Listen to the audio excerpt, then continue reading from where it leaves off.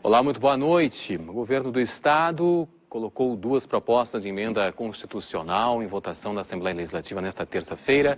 A PEC 255/2016, que excluiu aí das atribuições da Brigada Militar a guarda externa dos presídios, e a PEC 261, que substitui a noção de tempo de serviço pelo tempo de contribuição para efeito de aposentadoria. Porém, razão de falta de quórum, já que para a votação das PECs é necessário, então, a presença de 33 parlamentares. Foi constatada a presença de 32, então foi adiada a votação. Mas o que teve mais repercussão hoje foi a retirada da PEC, da proposta de emenda constitucional, que acaba com a necessidade aí do plebiscito para privatizações da CE, Sulgás e da Companhia Rio Grandense de Mineração.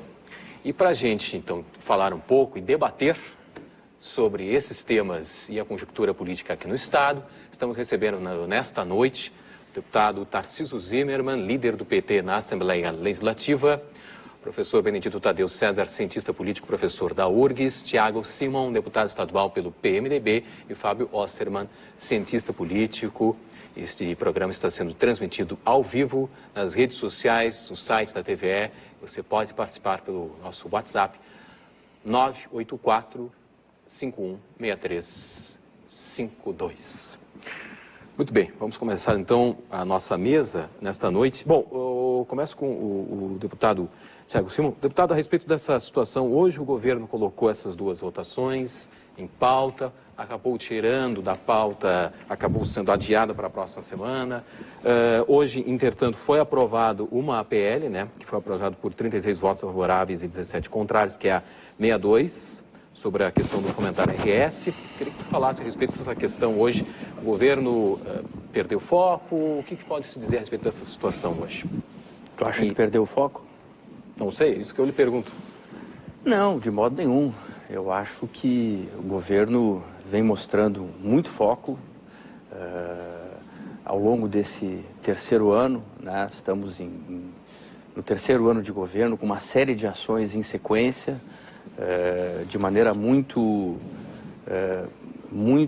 pontual, no sentido de fazer uma reforma profunda na estrutura do Estado do Rio Grande do Sul, tendo em vista que nós recebemos, né, o Estado numa condição falimentar, numa condição de insolvência, não só o Rio Grande do Sul, né, você sabe muito bem, o Brasil, a partir de 2015, entrou na maior recessão econômica do Brasil, aliás, da sua história, né?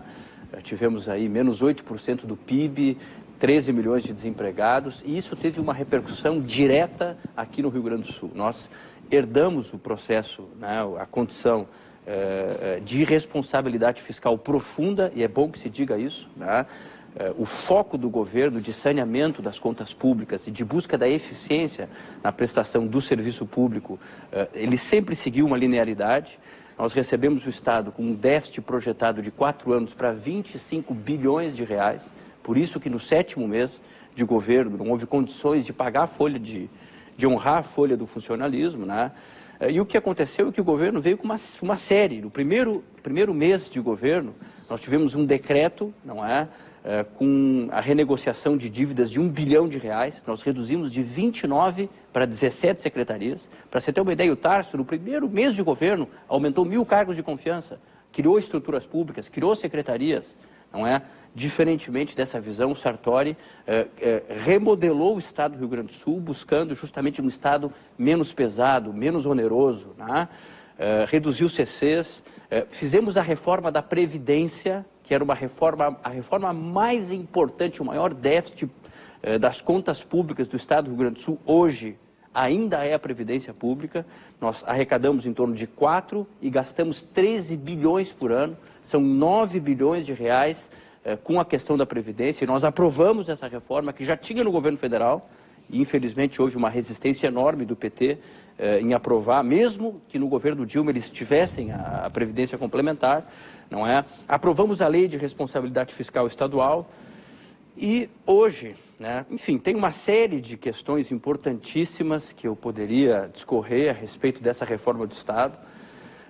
Mas hoje, entrando para a questão de hoje, trabalhando com a cobrança da dívida ativa, com a cobrança da sonegação, só para ter uma ideia, na transparência, que é uma questão tão debatida, Benedito, eu até nem saudei a todos os meus amigos da mesa, aqui, deputado Tarcísio, Benedito e Osterman, né?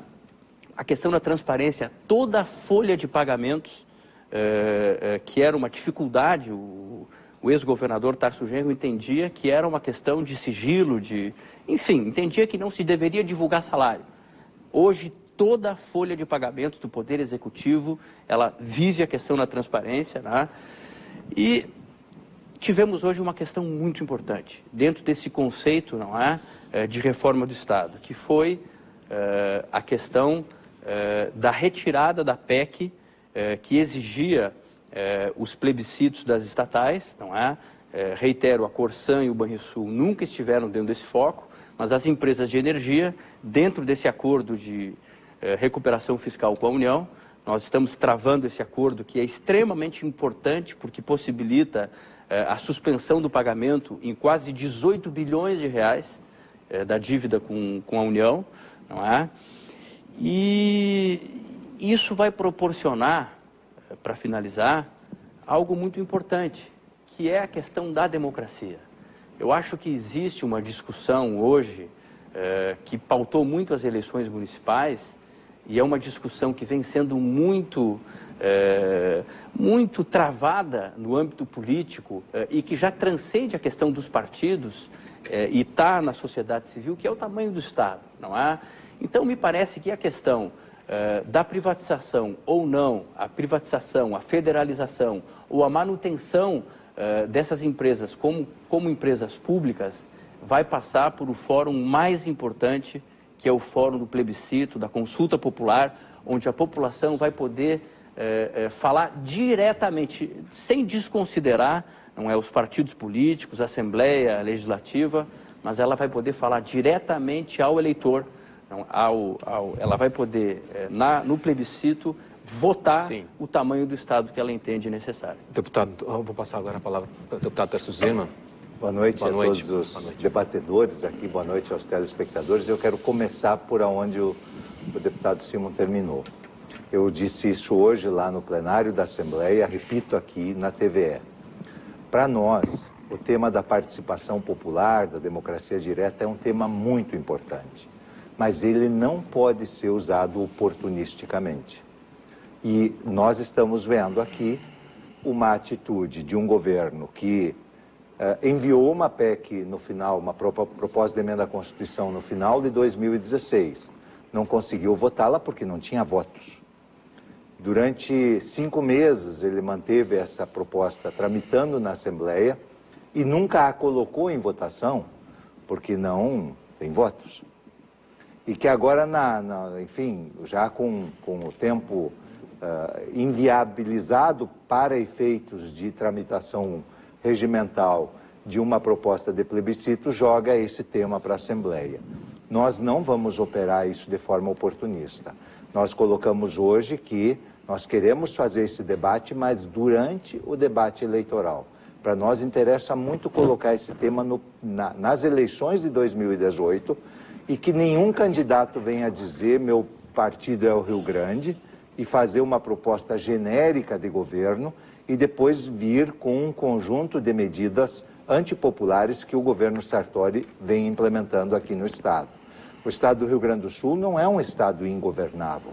O que é ingovernável é essa sanha destruidora do governo do Estado. Vejam, vou dar um exemplo. No final do ano passado tinha que votar toque de caixa a extinção das fundações. Bom, o governo sequer tem um plano de extinção das fundações, não tem um estudo sobre quem pode ser demitido, quem não pode ser demitido, qual é o impacto financeiro, a ponto do Ministério Público de Contas entrar com uma cautelar no próprio Tribunal de Contas dizendo suspenda esse negócio. O governo não sabe por que aquelas extinções, não sabe o que fazer com as funções que elas cumpriam e não sabe qual é o impacto efetivo dessa extinção nas contas públicas. O problema das privatizações é o mesmo. Na verdade, nós discutimos um modelo para enfrentar a crise do Estado. O governo quer aderir a esse malfadado regime de recuperação fiscal, que é uma péssima ideia, nós não teremos tempo aqui provavelmente para esclarecer totalmente o que é o regime de recuperação fiscal, mas basicamente o que o governo quer é ganhar uma moratória de 3 anos no pagamento da dívida do Estado, mas vai jogar uma bomba de poder insustentável para o próximo governo. Então, na verdade, o que nós tivemos aqui foram um conjunto de medidas atropeladas. O aumento do ICMS só vale para este governo, né? O não pagamento da dívida vale só para o primeiro ano do governo seguinte.